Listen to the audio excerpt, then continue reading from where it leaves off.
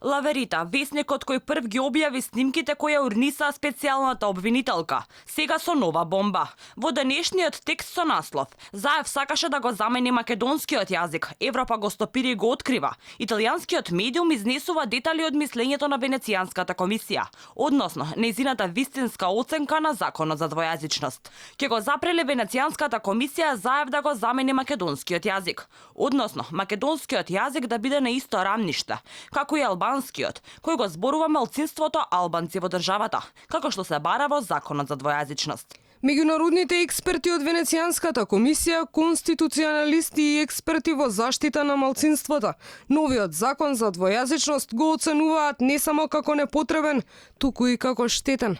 Дека со Охридскиот договор од 2001 употребата се шири во сите општини со најмалку 20% од населението припадници на малцинство и дека стариот закон за јазици од 2008 се грижи за имплементацијата. Констатира дека ако овој закон доследно се применува, тоа е повеќе од доволно за европските демократски стандарди. Како што пишува весникот, во неофицијалната верзија на мислењето, комисијата го обвинува Заев дека не почитувајќи го владењето на правото, без да се зема предвид широкиот опсег на уставноста, донесе нов закон без опозицијата, односно поскратена постапка во парламентот, без консултација со граѓанското општество.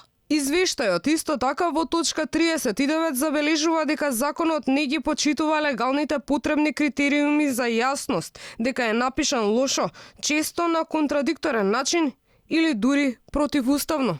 Во мислењето на комисијата стои: под сегашни околности, доколку се применува целосно законот, тој значително ќе го забави функционирањето на целиот судски систем, со што ќе се доведе во опасност сериозно нарушување на правото на фер судење загарантирано со Европската конвенција за човекови права. Авторот на текстот, Ларис Гајсер, за Алфа вели: имам докази и информации, но засега луѓето и изворите не се сигурни и не можам да ги објавам. Како и да е, еден ден ќе бидат објавени.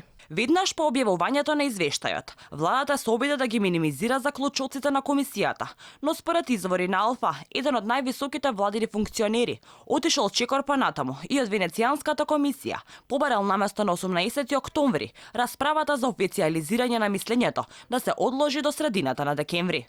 Инаку, законот за двојазичност, кој произлезе како столб од тиранската платформа, речиси една година беше заглавен и собраниските органи, со прекршување на деловникот на парламентот. Откако неколку пати тогашниот претседател Иванов одби да стави подпис на законското решение и искористи суспензивно вето, лани во јануари, спикерот Џафери законот го објави во службен весник и истиот стапи во сила.